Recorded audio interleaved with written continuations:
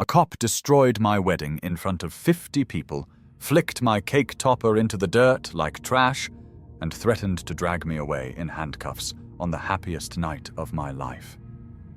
But he had no idea who was watching. What happened in the next 60 seconds changed everything, and the voicemail we found later that night? It still gives me chills. This is that story. Before we dive in, quick question. Where are you watching from? Drop your city or country in the comments right now. I'm curious to see how far this story reaches, and I read every single comment. Also, if you're new here, hit that subscribe button because we share real stories about real people standing up when it matters most. Trust me, you'll want to stick around for what happens next. All right, let's get into it. You need to understand something first. My wife Maya and I didn't just move to Riverside Falls for a change of scenery. We moved there to breathe, to exist without constantly looking over our shoulders. Chicago had given us careers, friendships, memories, but it had also given us exhaustion. The kind that settles into your bones when you're always hyper-aware of how you're being perceived, where you're standing, who's watching. We wanted simplicity. We wanted a front porch and fireflies and neighbors who waved when you got the mail. Riverside Falls looked like it came straight out of a postcard. Population 8,000. 2 traffic lights. A main street with a bakery that made cinnamon rolls the size of your head. We were one of maybe 3 black families in the entire town, and yeah, we noticed. But everyone we met seemed genuinely kind. The guy at the hardware store remembered our names after one visit. The woman who ran the coffee shop always asked how the new house was coming along. Even Councilman Harris, this distinguished older gentleman with silver hair and a voice like warm butter, stopped by our place with his wife during our first week, carrying a homemade cherry pie and stories about the town's history. For the first time in years, we felt like we could relax, like we belonged. Little did we know, our perfect new life was about to be tested in the worst way possible. Keep watching. So when we decided to have our wedding reception in our new backyard, it felt like the perfect way to christen our fresh start. Nothing fancy, just 40 of our closest people, string lights wrapped around every tree, my pops on the grill, and a playlist full of Marvin Gaye and Aretha Franklin. Maya's dress was this elegant cream-colored thing that caught the light every time she moved, and watching her laugh with her cousins under those twinkling lights, I remember thinking, we made it.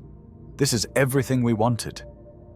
I even noticed Councilman Harris early in the evening, standing by the drink table talking to this solid-looking guy in jeans and a casual button-down.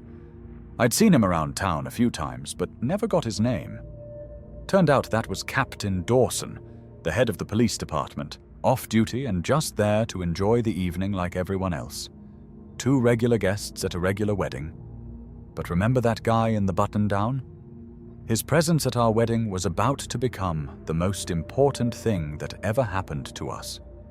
Stay with me. Around 8:30, we gathered everyone around the cake. 3 tiers of buttercream perfection that Maya's aunt had stayed up 2 nights making, topped with these custom little figurines that actually looked like us. Maya's hand was over mine on the knife, cameras flashing, people cheering, and I swear in that moment I felt like the luckiest man who ever lived. Then the light hit. Not soft, not romantic. Harsh and white and blinding, cutting through our celebration like a knife through paper. The music stopped. Conversations died mid-sentence. Every single person turned toward the source, and my stomach dropped. A police cruiser had jumped the curb, tires chewing deep gouges into the lawn I'd spent 3 months nursing from dirt to green, and now it sat there with its high beams aimed directly at us like we were criminals caught in a spotlight. Engine still rumbling, deliberate, aggressive. What this officer did next made everyone gasp. But what he didn't know would cost him his entire career. The door opened, and out stepped this cop, who moved like he owned not just the badge, but the entire world. Big guy, military haircut, jaw clenched so tight I could see it from 20 feet away. His hand rested on his belt, right next to his weapon, and when his eyes swept over our party, there was no curiosity in them, only contempt. Maya's fingers went ice cold in mine. I gave her a squeeze, forced a smile I didn't feel, and stepped forward, trying to keep my voice calm and neighborly. "Evening, officer. Is there something we can help you with?" He didn't answer right away. His gaze moved slowly across our guests. My family from the South Side, Maya's relatives from Detroit, our new neighbors who'd brought gifts and good wishes, and I watched his lip curl into something ugly. "Received a complaint about excessive noise," he finally said, voice like gravel scraping pavement. "Reports of this gathering being a public disturbance." I gestured around, keeping my hands visible, keeping my tone respectful. "Officer, this is our wedding reception. We're not disturbing anyone. If the volume's an issue, we're happy to turn it down." His eyes locked onto mine, and I saw zero flexibility there, zero humanity. "I'll determine what constitutes a disturbance. What I'm seeing here is a large crowd, alcohol consumption, and a situation with significant potential to spiral out of control. This entire neighborhood shouldn't have to tolerate this because you people want to throw a party." You people. The words landed like a slap. Maya stiffened beside me. Several of our guests shifted uncomfortably. The mask was off. This wasn't about noise, it never was. I was trying to stay calm, but what he did to our wedding cake? That's when I almost lost it. "Watch this." "Sir, respectfully, this is our wedding," I said, fighting to keep my voice steady even though my heart was pounding in my ears. "We have the proper permits. Music stops at 10. It's barely 9 right now." He smirked. Actually smirked. "Permits are subject to officer discretion, and right now, my discretion says this needs to end." Then he moved, brushed right past me, shoulder checking me hard enough that I stumbled back a step and walked straight to our cake table. He stood there for a second, just staring at it. And something in my gut screamed that this was about to get worse. With one finger, he flicked the little groom figurine clean off the top of the cake. It tumbled through the air in what felt like slow motion and landed face down in the grass. Maya gasped. My hands balled into fists. Every instinct in my body screamed to react, to say something, to do something. But I knew better. One wrong move, and this man would have me in handcuffs, or worse, and Maya would be left to deal with the aftermath alone. "Everyone who doesn't reside at this address," he announced, voice booming across the yard, "has 10 minutes to vacate the premises. Shut this entire operation down immediately, or I'll shut it down for you. And believe me, you don't want to see how I do that." He tapped his heavy flashlight against the edge of the cake stand. Not a suggestion. A threat. I thought my wedding was over, destroyed. But then someone spoke up from behind him, and the officer's face went completely white. "You need to see this." The entire backyard went silent. 40 people frozen in shock. My wedding, our celebration, our fresh start, all of it being ripped apart by a man with a badge and a heart full of hate. My uncle stood motionless by the grill, tongs hanging in the air. My niece was hiding behind her mother's legs, eyes wide with fear. Maya's bridesmaids clutched each other near the dance floor, looking to me for answers I didn't have. I felt helpless, humiliated, enraged, and completely powerless to stop what was happening. Then, cutting through the tension like a blade, a voice spoke from behind the officer. Calm, steady, loaded with authority. "Officer, would you mind clarifying what you believe you're doing here?" The cop, whose name tag I could now see read Bennett, spun around so fast he almost lost his balance, and the look on his face, the way all that arrogance just drained out of him in a single second, I'll never forget it. Standing there, still holding a plastic cup of lemonade, was the guy in the button-down, Captain Dawson. Next to him, Councilman Harris, and the warm grandfatherly expression was gone, replaced by something cold and sharp as ice. Bennett's entire body language shifted. The swagger evaporated. "Captain Dawson, Councilman Harris. Sirs, I wasn't aware you were in attendance. I'm simply responding to a citizen complaint." The captain's response. It was devastating. And it's about to get even better. Keep watching. Captain Dawson took a slow, deliberate step forward. He was shorter than Bennett, but somehow he seemed to tower over the bigger man. A complaint? That's interesting, because I've had my department radio sitting on that table all evening, and it hasn't made a sound. Dispatch has been completely quiet except for a minor fender bender over on Oakwood Avenue. So I'm curious, Officer Bennett, where exactly did this complaint originate? Bennett's face went from pale to blotchy red. His eyes darted around, looking for an escape that didn't exist. "It came through as an anonymous tip, sir. Caller reported escalating noise levels and expressed concern about the situation getting out of hand." "Out of hand?" The captain's voice dropped an octave, quiet and dangerous. He gestured around the backyard, my uncle frozen mid-flip, my niece peeking out from behind her mother. Maya's friends huddled together in shock. "Does this appear out of hand to you? Because what I'm observing is a family celebrating a wedding. What I'm seeing is two productive citizens, a registered nurse and a civil engineer, being terrorized on their own property by someone whose job is to serve and protect them." Councilman Harris moved to stand beside the captain, his face carved from stone. "Is this how Riverside Falls welcomes new community members? With suspicion and hostility?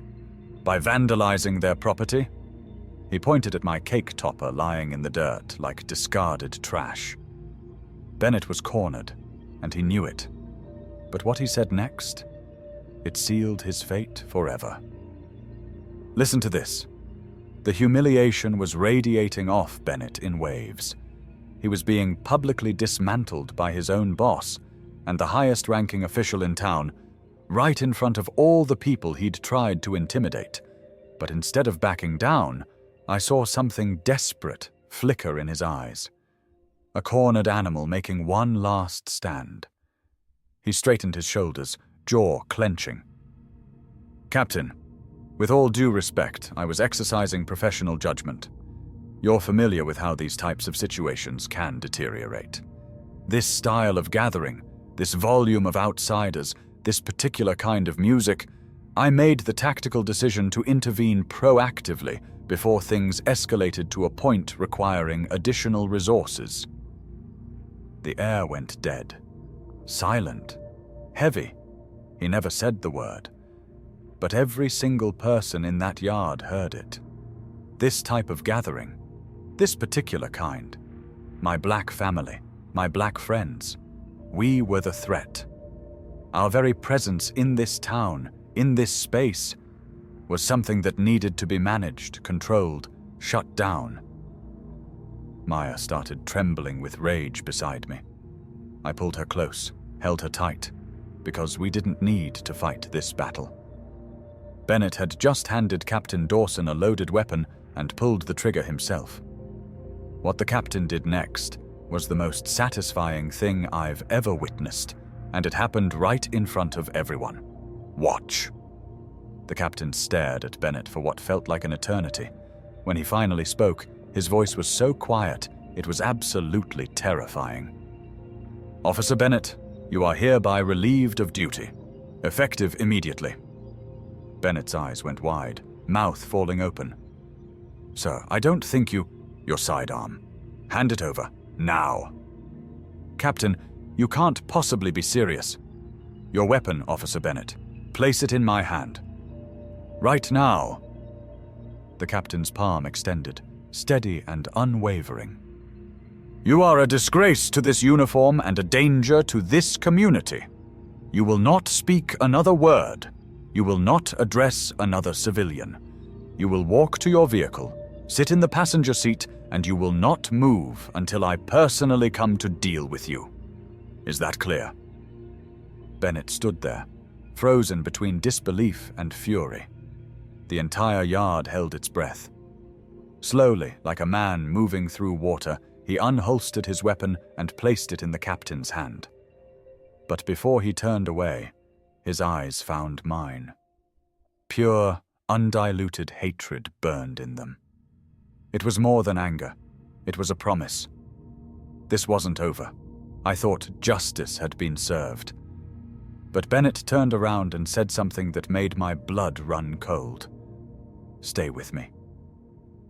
As Bennett walked his humiliating path back to the cruiser, a murmur rippled through our guests. Relief, shock, vindication. I let myself believe for a moment that the worst had passed, that we could salvage what was left of our celebration. Then Bennett stopped, turned back, and smiled. It was the most unsettling smile I'd ever seen in my life. "You really think this ends here?" he called out, voice loud and defiant, making sure everyone could hear. "You have absolutely no idea what you just set in motion. None of you do." Captain Dawson didn't flinch, didn't blink, just watched with those hard, cold eyes as Bennett climbed into the passenger seat and slammed the door hard enough to shake the car. The captain turned back to us, his expression softening slightly. "Mr. and Mrs. Carter, on behalf of the Riverside Falls Police Department, I want to offer my sincerest apology. What happened here tonight is unacceptable and does not represent who we are as a department or as a town." I nodded, my throat too tight to speak. Maya wiped at her eyes, caught somewhere between fury and relief and exhaustion. "An apology, however, isn't sufficient," the captain continued. "What you witnessed tonight is a poison I will not allow to exist in my department. I give you my word that I will handle this appropriately and thoroughly. But please, don't allow that man to destroy your celebration. This is your wedding day. Try to enjoy what's left of it." We tried to enjoy the rest of the night, but we had no idea what was waiting for us inside our house. And it was absolutely terrifying.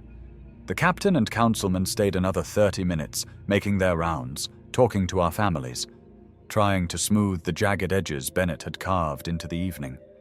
My uncle restarted the grill. Someone turned the music back on. People tried to laugh, to dance, to pretend everything was okay. But it wasn't okay. The joy had been poisoned. Every time headlights passed on the street, people flinched. Conversations felt forced. Smiles didn't quite reach anyone's eyes. By midnight, everyone had left, offering hugs that felt more like condolences than congratulations. Maya and I stood alone in our backyard, surrounded by the wreckage of what should have been the best night of our lives. Empty plates scattered across tables, wilted flowers drooping in their vases, the ghost of laughter that felt like it belonged to a different lifetime. "Well," Maya whispered, leaning her head against my chest. "That's definitely a wedding we'll never forget." I wrapped my arms around her, holding her like she might disappear. "I'm so sorry, baby. I wanted everything to be perfect for you." "It was perfect," she said fiercely, pulling back to look at me. "Until he showed up. But we also saw something else tonight, didn't we? We saw good people stand up. Captain Dawson, Councilman Harris. They didn't have to do that, but they did." She was right. The ugliness was real, but so was the integrity. Both existed in the same space. We thought the nightmare was over. Then we walked inside and heard the voicemail. What it said changed everything. We cleaned up in heavy silence, finding strange comfort in the mundane rhythm of bagging trash and stacking chairs. When we finally locked the back door and stepped into our house, exhausted down to our souls, I noticed the red blinking light on our landline answering machine, the old-school one we'd only installed because my mother insisted on having a way to reach us that didn't involve those unreliable cell phones. One new message. Probably someone who left early saying goodbye, I muttered, reaching over to hit play. The robotic voice announced the timestamp, 9:20 p.m., right in the middle of the chaos, right when Bennett was being fired. Then a voice filled our kitchen, raspy, distorted, dripping with venom that made every hair on my body stand up. Think you're safe now? Think this town wants your kind here? You made a serious mistake moving to Riverside Falls, and you made an even bigger mistake getting Officer Bennett terminated. There was a pause, then a low, chilling laugh that didn't sound quite human. Bennett has friends. A lot of them. We're the ones who made that call tonight, and we'll make plenty more. We're watching you. Every move, every day. This is just the beginning of your problems. The machine beeped cheerfully, a jarring contrast to the threat that hung in the air like smoke. Maya and I had a choice to make right then. Run or fight. What we decided shocked even me. Keep watching. Maya's hand flew to her mouth, eyes going wide with fear. Our dream, the fresh start, the peaceful life we'd imagined, it all shattered right there in that moment. We weren't just the new couple anymore. We weren't just neighbors. We were targets. For a long moment, neither of us moved. The unspoken question hung heavy between us. Do we run? Do we pack everything tonight and disappear back into the safety of the city's anonymity? My first instinct was exactly that, get Maya, get our stuff, and get out before this escalated into something we couldn't walk away from. But then I looked at her face. The fear was there, yes. But underneath it, something else was growing. Something stubborn and fierce and unmistakably Maya. She took a deep breath, found my hand in the darkness of our kitchen, and squeezed it hard. No, she said, voice steady as steel. Absolutely not. We are not letting them chase us out of our own home. Not on our wedding night. Not ever. This is ours, Marcus. We fought too hard to get here. That was all I needed to hear. The fear didn't vanish, but it crystallized into something solid, something I could work with. I made one phone call that night that changed everything. And what the captain told me, it was bigger than we ever imagined. I saved the message, then grabbed my cell phone. I called the non-emergency police line and asked to be connected to Captain Dawson directly, explaining that it was urgent and related to the incident at our home. I honestly didn't expect to reach him, figured I'd get a dispatcher who'd take a report and file it away. But less than 2 minutes later, his voice came through the line. He was still at the station, still processing Bennett's termination. Captain, this is Marcus Carter. I apologize for calling so late, but we just received a direct threat. I told him everything. The voicemail, the disguised voice, the specific mention of Bennett, the reference to friends who made the original call. I could hear his pen scratching furiously across paper. When I finished, there was a heavy pause. Then, Mr. Carter, do not delete that message under any circumstances. I'm dispatching a patrol unit to your residence immediately. They'll maintain a visible presence outside your home through the night. First thing tomorrow morning, I'm initiating a comprehensive internal affairs investigation. What we're dealing with here goes far beyond one officer. This is organized. This is conspiracy. The next 3 days felt like living in a nightmare. But what the investigation uncovered, it was worse than anyone expected. The next 72 hours felt like living in a fishbowl. A marked patrol car sat at the end of our block around the clock, a constant reminder that we needed protection in the town we'd chosen as our sanctuary. The neighborhood that had seemed so welcoming now felt full of hidden threats. Was the mail carrier part of it? The teenager who bagged groceries at the market? The woman who always smiled at us at the gas station? The paranoia was suffocating. Then, 3 days after our wedding, Councilman Harris appeared at our front door. He looked like he'd aged 5 years, holding a thick manila folder and wearing exhaustion like a second skin. "Marcus Meyer, I came directly from an emergency meeting with Captain Dawson," he said, his voice heavy. "We've been conducting a thorough review of Officer Bennett's record. What we've discovered is deeply disturbing. There are patterns spanning back years, complaints from out-of-town visitors, anonymous harassment calls targeting the handful of minority families who've lived here, incidents we dismissed as isolated or exaggerated. We were willfully blind, and I cannot apologize enough for that failure." He explained that the investigation had moved quickly. The anonymous tip had been traced to a burner phone purchased at a convenience store 40 miles away. Security footage showed 2 men buying it. One was Bennett. The other was his regular patrol partner, Officer Hayes, someone who'd been with the department for 12 years. They'd been running this operation for nearly a decade. Targeting people they didn't like, using the anonymous tip system to harass them, always covering for each other, always making sure their stories aligned. It was systematic, calculated, evil. Captain Dawson was dismantling it piece by piece. The town called a meeting, and what happened when we walked in? I'll never forget it. This is powerful. 1 week after our wedding, Maya and I made a decision that surprised even us. When Captain Dawson and Councilman Harris announced they were holding a special town hall meeting to address the incident publicly, we decided to attend. We had to see it through. We had to know if this town was worth fighting for. The community center was packed beyond capacity. People stood along the walls. As we walked through the doors, a hush fell over the room. Heads turned. Some people looked at us with pity, some with curiosity, some with a warmth that caught me off guard.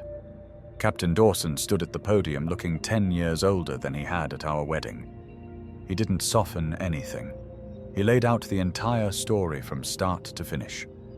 Bennett crashing our reception, the cake topper, the threatening voicemail, the investigation that uncovered years of coordinated harassment. He announced that Bennett and 2 other officers, including Hayes, had been terminated and were facing criminal charges: conspiracy, intimidation, abuse of authority, and misuse of public resources. He talked about the cancer that had been allowed to grow in dark corners of his department and made a public vow to rebuild the force on a foundation of integrity and accountability. When he finished, the silence was absolute. Then one person started clapping, and what happened next brought tears to my eyes. Watch this. Then one person in the back started clapping. Just one. Then another joined in. Then another. Within seconds, the entire room erupted in thunderous applause that seemed to shake the walls. Councilman Harris took the microphone and did something I didn't expect. He publicly apologized to us by name, his voice breaking slightly.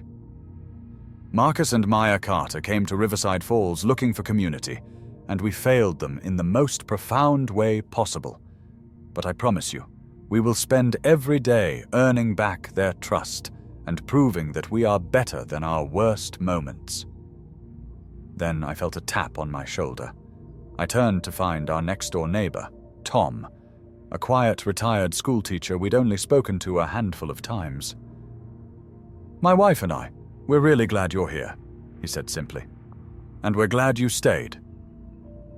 Around us, people were turning, nodding, some reaching out to shake our hands. They weren't just staring anymore. They were connecting, seeing us, choosing us. Walking out of that town hall with Maya's hand in mine felt like surfacing after being held underwater, like breathing real air for the first time in days. The next morning, Tom's wife appeared at our door with a still warm batch of chocolate chip cookies. A proper welcome this time, she said with a genuine smile. The way it should have been from the start. 3 weeks later, something happened that made me realize we'd made the right choice, and Maya said something I'll never forget. 3 weeks later, I was out front on my knees, planting new grass seed over the deep tire ruts Bennett's cruiser had carved into our lawn.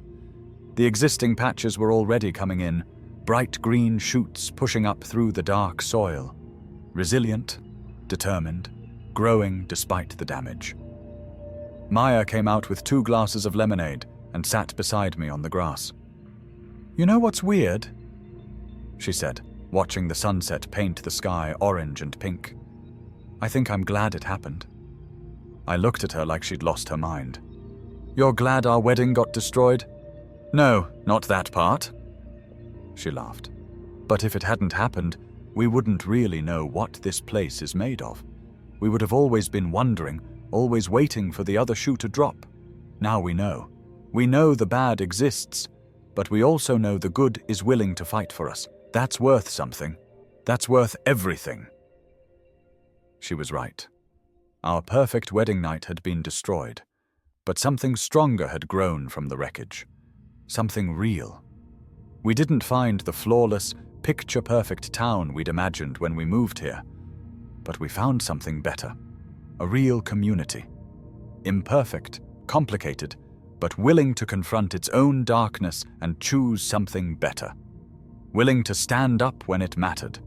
Willing to fight for what was right, even when it was uncomfortable. We found a home. If this story moved you, hit that like button and subscribe for more real stories about courage, justice, and fighting for what's right. Drop a comment and tell me, would you have stayed or left?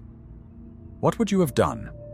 Let's talk about it, because these conversations matter. Thanks for watching, and I'll see you in the next one.